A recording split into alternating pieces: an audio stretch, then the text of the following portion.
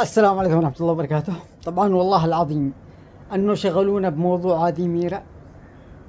تقول عراقي أنا يا ريدان، إيش لومي أنا؟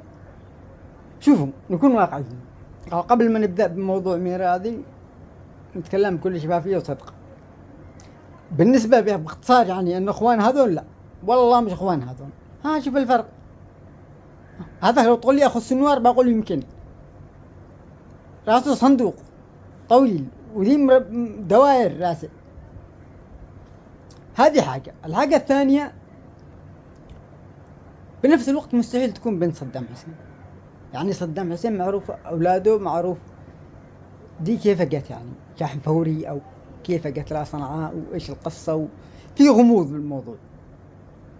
طبعا أنا والله ما دخلت أتابع الموضوع ولا شيء، قلت خلاص بس اليوم القطاع الجنائي، الإدلة الجنائية الداخلية حق صنعاء نزلت تقرير قلبنا قلب، والله قلبنا قلب. يعني أنا كنت مؤيد أنه هذه تكذب، بس التقرير هل في به أخطاء؟ هل اللي طبعه كان مخزن وناجع؟ شكله والله ناجع، اللي طبع فاصل للأخير. ليش؟ أنا أرويكم. من البداية ألقات، أنا أقول هذا بلوط. شل بلوط؟ ليش؟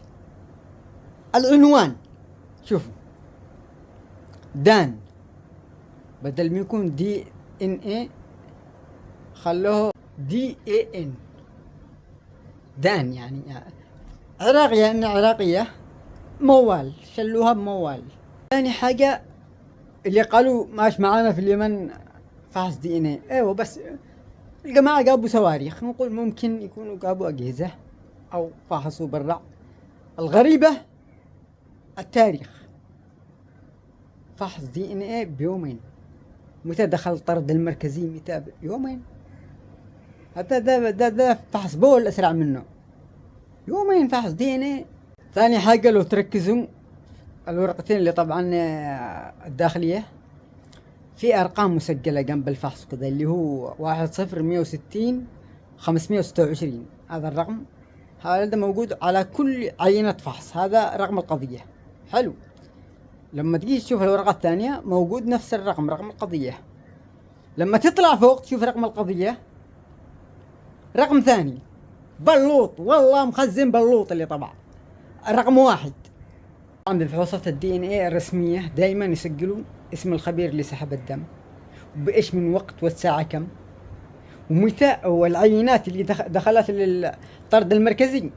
البي سي ار يطلع لك العينات اللي دخلت لا داخله، والتواريخ والوقت. طبعا التواريخ والوقت فوق فاضية.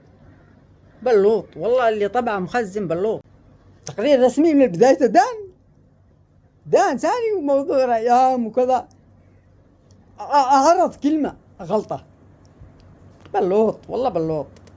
بالنسبة لي رأيي أنا، نفس الوقت مستحيل تكون بنت الزبيري. هذا ما تشابهمش ب15 ريال، ما في الشبه. وفين كان الزبيري أساسا؟ دي فين كانت؟ يمكن بنت عفاش، لأن شفنا صور مع عفاش مش داري. والله أتوقع لا غدا صدام مش داري، يمكن عفاش مش داري. المهم ايش الموضوع؟ والله ما انا داري ايش الموضوع، بس ركزت على التقارير والاخطاء بالورقه من اللي خزن بلوط يعدل الاخطاء هذه. وده لو كان له حق البنت بتلاقي، لو كان ما ليش حق ما حد ينقص من رزق ريال واحد. القاتل اليوم خلانا خبير دي ان اي. قلت لك يا ريدان، قل لي سلاحك